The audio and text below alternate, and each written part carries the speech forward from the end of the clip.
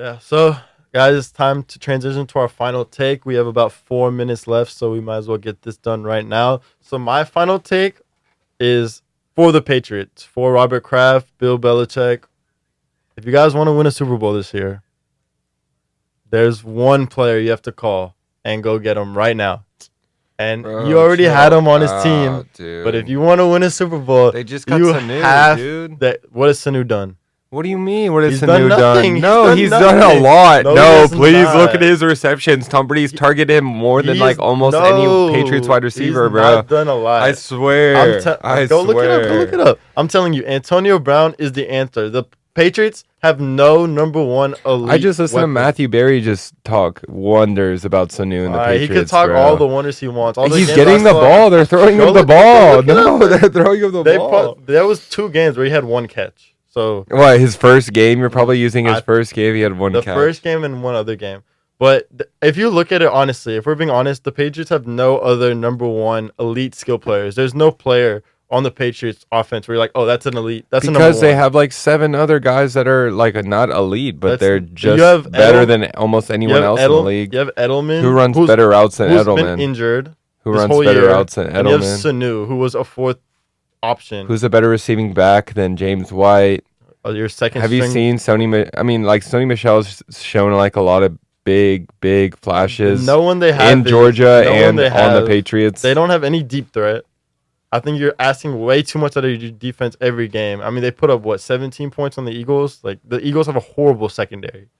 A lot of the games even the Bills, I think they put up 17 points. Like they are not putting up points at the way they are. I think you're asking way too much out of Brady at this point. He's not a superhuman. Okay, he needs some kind of help offensively.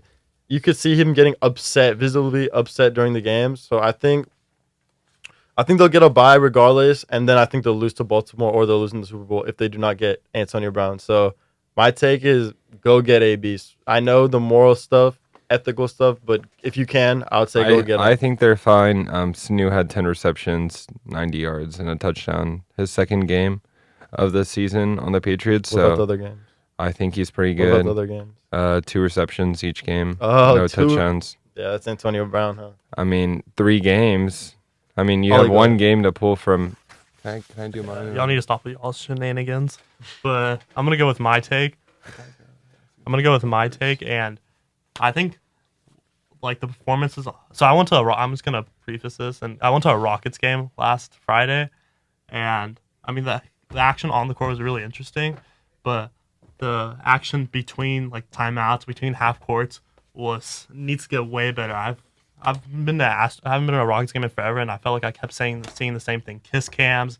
They would put a guy like on top of the aisle who like works with the Rockets, and he would like be an amazing dancer. But this isn't interesting. I got really boring between the games, and then I saw Gronk and Serena Williams dancing. It was like pretty it was pretty well rehearsed.